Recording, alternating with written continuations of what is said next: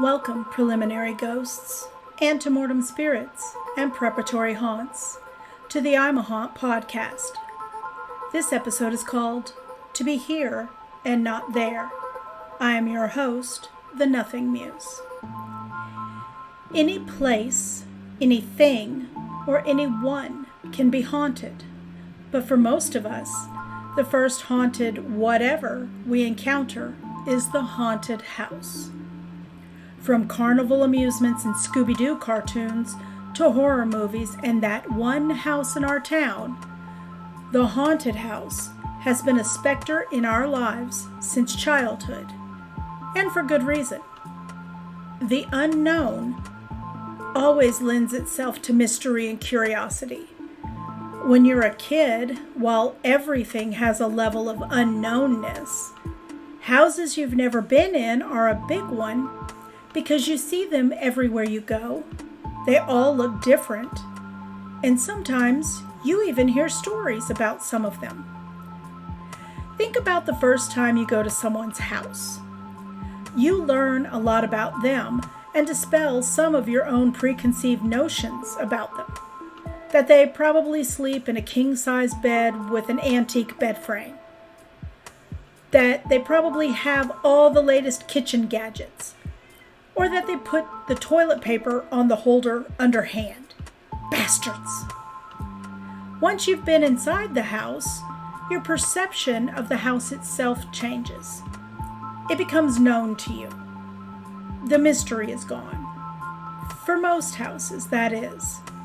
There are still the ones that you've never been in, and the ones that get whispered about. In Louisiana, there are numerous houses that get whispered about, and give you what native Louisianans call the frissons, which is the chills.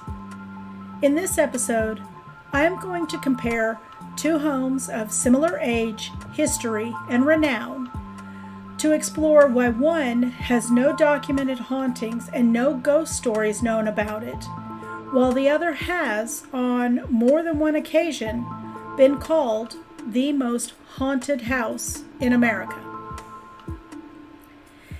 In 1834, the Shadows on the Teche was built in New Iberia, Louisiana, for sugarcane farmer David Weeks and his wife Mary Conrad Weeks. Originally built on 150 acres, the grounds contained the Shadows, which is the main house, a carriage house, slaves' quarters, a working yard, stables, an underground cistern, and a family cemetery currently containing the remains of 4 generations of the Weeks family.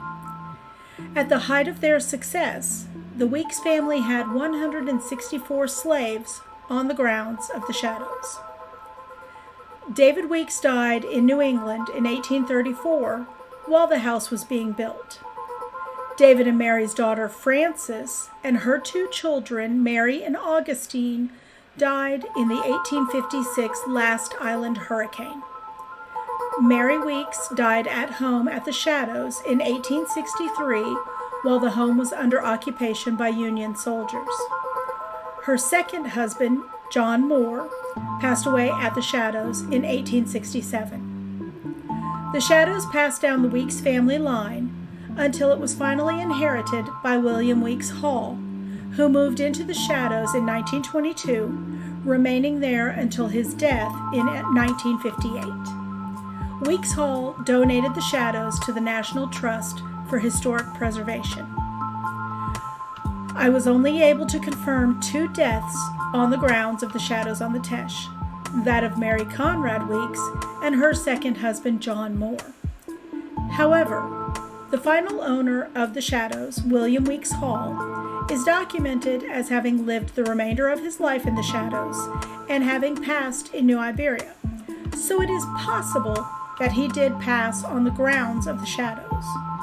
For our purposes here, we will assume he did. It is also possible other owners and/or residents of the Shadows have passed on the property, but I was unable to find any documentation. In St. Francisville, Louisiana, is the Myrtles Plantation, now known simply as the Myrtles. Built in 1796 by General David Bradford, the Myrtles originally comprised of 600 acres, a 1.5-story main home with 22 rooms, a smaller secondary home to the rear, a third ancillary building that currently serves as a restaurant, and a brick courtyard. While I could find no mention of slaves' quarters on the original property, there is record of the family owning 5 slaves in 1820 and 32 in 1830, so one can assume a slaves' quarters did exist. General David Bradford, his wife Elizabeth, and their 5 children moved into the Myrtles in 1799. General Bradford died in 1808. Their daughter Sarah, her daughter Cornelia, and her son James died in 1823 and 1824, respectively, of yellow fever. Elizabeth Bradford died in 1831. Sarah's husband Clark and their remaining child Mary sold the Myrtles, the land, and the slaves in 1834 to Ruffin Sterling. Sterling died in 1854, leaving the plantation to his wife, Mary Cobb.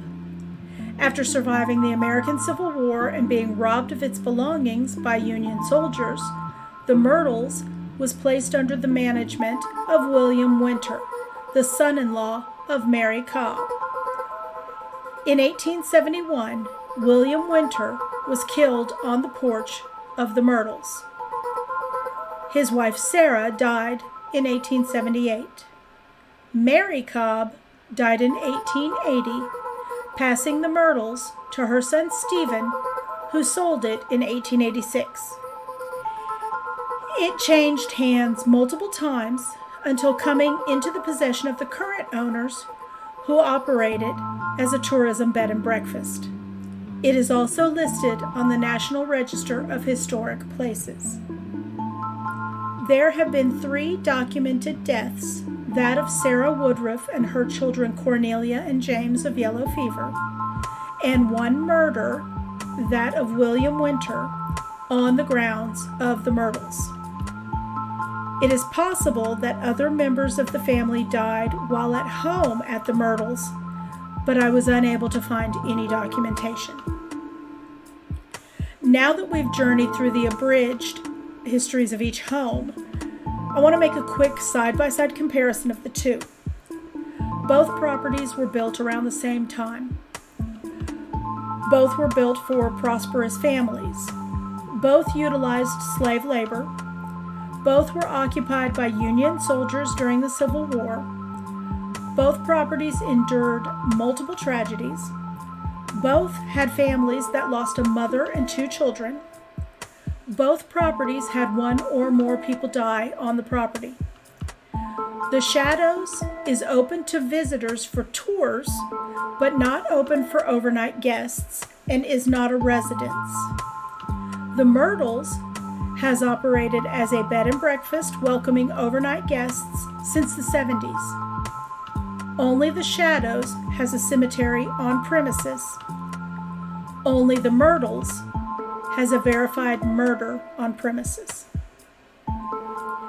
In the interest of transparency, I will offer that I have been to the Shadows on the Teche more than once in my life.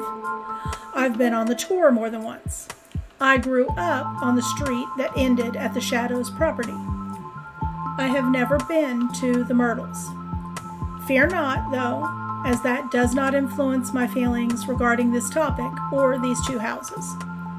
Of course, I have an affinity for the Shadows. I grew up, in its shadow. My daddy knew so much about the property, the family, and the history that when we would do the tours, the tour guides and the visitors would end up listening to him talk. That being said, I never once felt that the Shadows on the Teche was haunted, which plays into this whole discussion. When I settled on these 2 houses for comparison and started my research, I reached out to the Shadows Senior Manager of Interpretation and Education, as I could not really find much related to the property and any hauntings, ghost sightings, or ghost stories. The response confirmed that they knew of none. The only testimonies to any haunting activity at the Shadows on the Teche that I could find was a short audio that claimed to have been recorded during one of the tours featuring a quote-unquote disembodied voice that speaks only one word, and a blog written by a member of a paranormal investigation group detailing the appearance of a shadowy apparition, footsteps belonging to no one, ghostly voices, and unexplained sounds that the author claims have haunted the guests and staff for years. Growing up, I never heard any ghost stories about the Shadows. When I and a group of my friends took up ghost hunting as a hobby in our 20s, we bought books written by local authors about haunts in our area. The Shadows was never mentioned in the ones we read.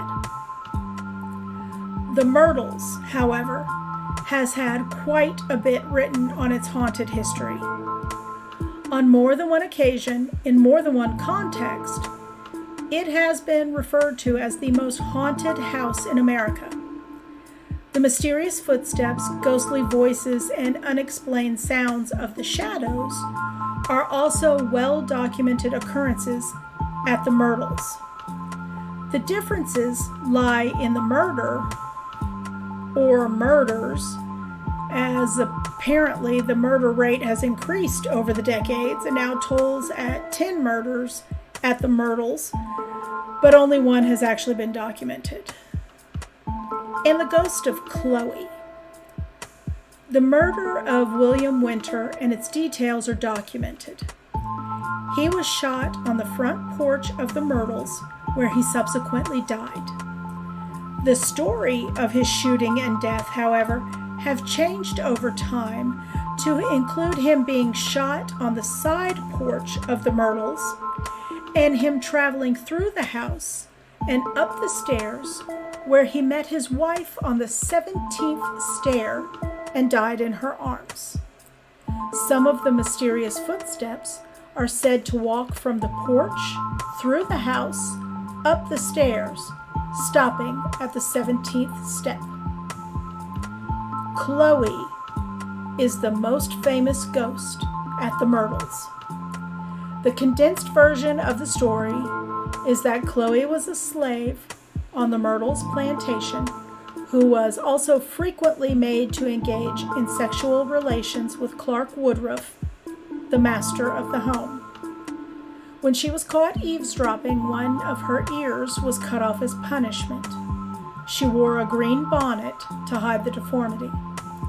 Trying to get back in the good graces of Woodruff, she accidentally poisoned his wife and 2 small children when she only meant to make them sick so she could be the hero and nurse them back to health. When it was discovered, she was hanged, then her body was thrown into the river. Historical documents cannot trace any slave owned by Woodruff or working the Myrtles by the name of Chloe or any other variation in the spelling. The deaths of Woodruff's wife and 2 small children is well documented as being attributed to yellow fever. However, that hasn't stopped people from claiming to see Chloe while visiting the Myrtles, and there is even a photo that purports to show her outside next to the main house. Chloe does have origins in the Myrtles, though, but she was an older white woman who appeared to the descendants of subsequent owners of the property. The first mention of Chloe outside of family stories is in the book Houses of Horror by Richard Weiner in 1983. So there you have it. I have presented you with details of 2 properties of similar origins, backgrounds, histories, and tragedies. Why is one barely mentioned in any supernatural or paranormal context while the other is considered the most haunted house in America. I could speculate wildly on this topic, and I shall. Well, not wildly, but I think tourism has something to do with it. While the Shadows enjoys tourism in the form of tours of the property and public engaging workshops, events, and programs, it does not entertain overnight guests and doesn't appear to participate in much by way of paranormal-based programming. The Myrtles, however, does invite overnight guests and paranormal investigators. It is my belief that the Myrtles has more ghostly cred because it cultivates the ghostly cred. It has built it up from the original stories of the elderly white female spirit who appeared to the subsequent owner's family to Chloe, the slave girl who is both victim and villain of her own legend, the ghostly footsteps of William Winter and the 17th Stair, the unsubstantiated murders of Union soldiers allegedly leaving behind a bloodstain that cannot be wiped away, and other hauntings. Ghost tourism is big business, and the owners of the Myrtles have embraced it, for better or worse. I have no qualms with that. Good for them. For those of us ghosties looking for realness, though, it can be hard to determine which of these stories is real and which are created for publicity. Those staying at the Myrtles most probably have heard the stories. That might even be what made them choose the Myrtles over a chain hotel or another bed and breakfast. They are open to the experience, so they wait to see Chloe in the yard, to hear those footsteps stop on the 17th stair, to see the unwashable bloodstain. I'm not saying these things aren't real, nor am I saying people hallucinate or even lie about them. I'm just speculating as to what makes the Myrtles more haunted than the Shadows. Does the Shadows staying within the Weeks family nullify the necessity for hauntings because there's no family members left to pick up on the messages or to recognize the ghosts? Does the fact that the family are buried on the grounds provide comfort to their spirits so they don't feel the need to haunt? Does the long-changing nature of the ownership of the Myrtles lend itself to unrest? Does the constant influx of new people and energies from tourists and overnight guests provide the environment with sufficient material for haunts? Maybe the Shadows is just as haunted as the Myrtles, but we don't see the haunts because they operate on a different energy level than we do. Like they're further away and we aren't tuned in to the right station. And the haunts at the Myrtles are louder simply because they are amplified by all the people visiting. I believe land and structures, just like humans, carry memories, energies of their past. I also believe that interpretations of those memories and energies are open, dependent upon the interpreter. Someone who has lost a child, hearing the phantom cries or laughs of a child, is completely in the realm of possibilities, given their grief over the loss. Many of us want to believe there is something beyond this life, and that our loved ones are reaching out through that song, that butterfly, that dime we found on the sidewalk.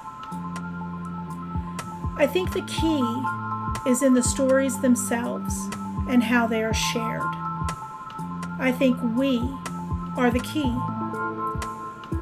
We bring ourselves to the haunt and we project ourselves into the hauntings.